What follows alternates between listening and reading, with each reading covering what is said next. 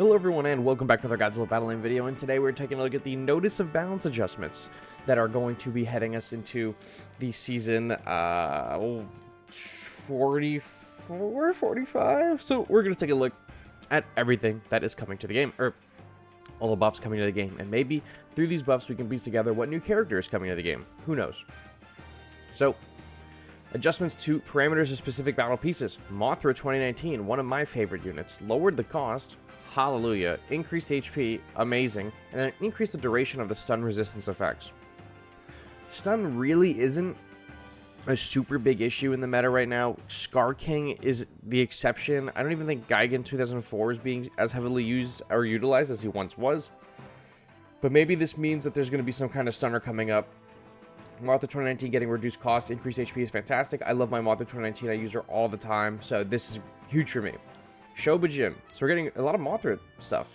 Shobijin greatly increased the amount of HP shield effect and then added leaders and facilities to affected targets. This is fantastic. The Shobijin was not able to provide additional shields to leaders and facilities, which I think was a big miss. And then it is greatly increasing the amount of HP for the shield effect. At like level 40, it was giving like 700 shields, some really low number. Maybe not exactly that, but it's some really low number, maybe just under 1,000 or something like that. And it just wasn't worth it to level up.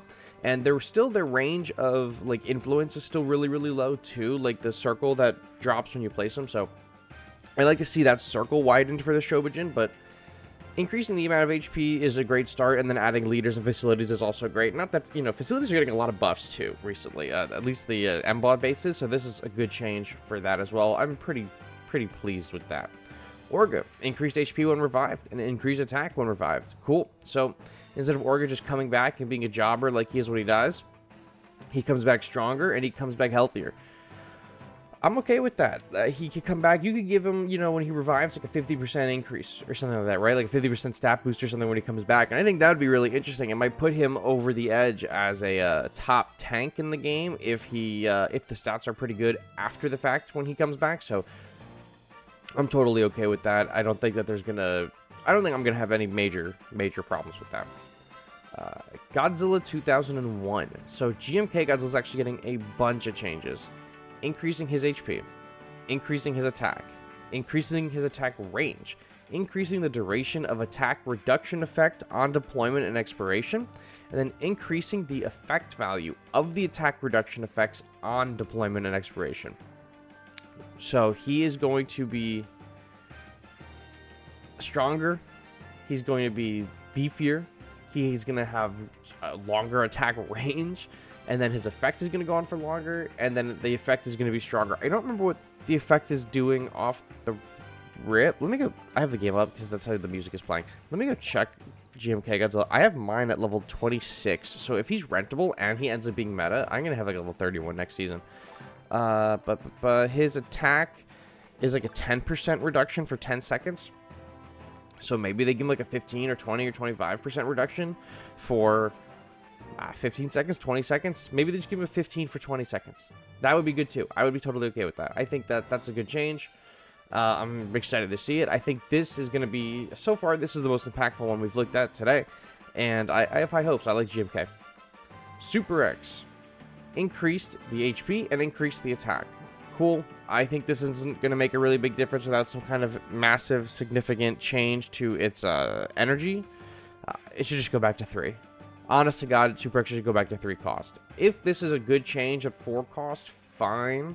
But SuperX really was gutted when they moved it to 5 cost. And in the current meta, I think moving SuperX back to 3 cost probably wouldn't be the end of the world. I think that they should just do that too. So, but increased HP and increased attack is really solid. SuperX is probably my most used piece in All-Star Battle. So this is just going to make All-Star Battles easier because SuperX is really good in that mode. Alright, 4-star leader, Rainbow Mothra. Increasing HP significantly. Increased attack reach, increased search range, greatly increased the effect range of the special move.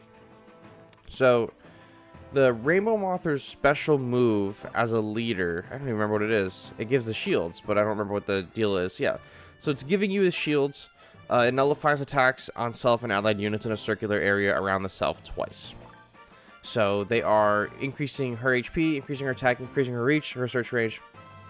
and then increase the effect range. So already it's about, like, hold on, how many meters does it have in the video, her doing the special move?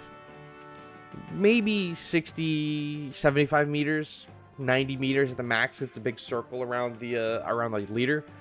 So maybe this is just the whole, your half of the map, and then that's just better. So that could be significant too. I don't think this is going to be meta defining, but I think this is definitely going to make her a more viable leader option, especially in the current meta where, you know, you have like Shin Godzilla and you have King Ghidorah 2019 always hitting their abilities.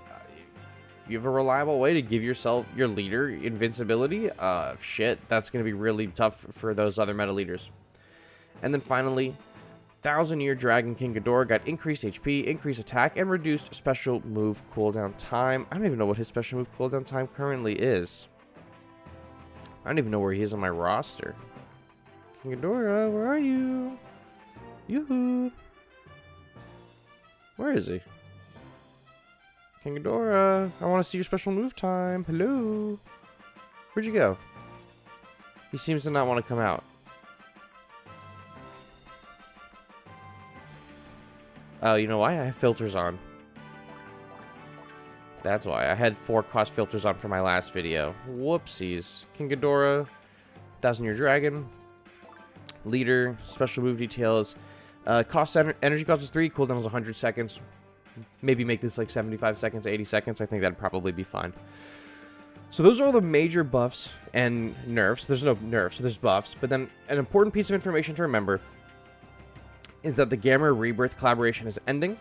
This is the Gamera Rebirth collaboration event that has been going on since September 7th, 2023 is coming to an end.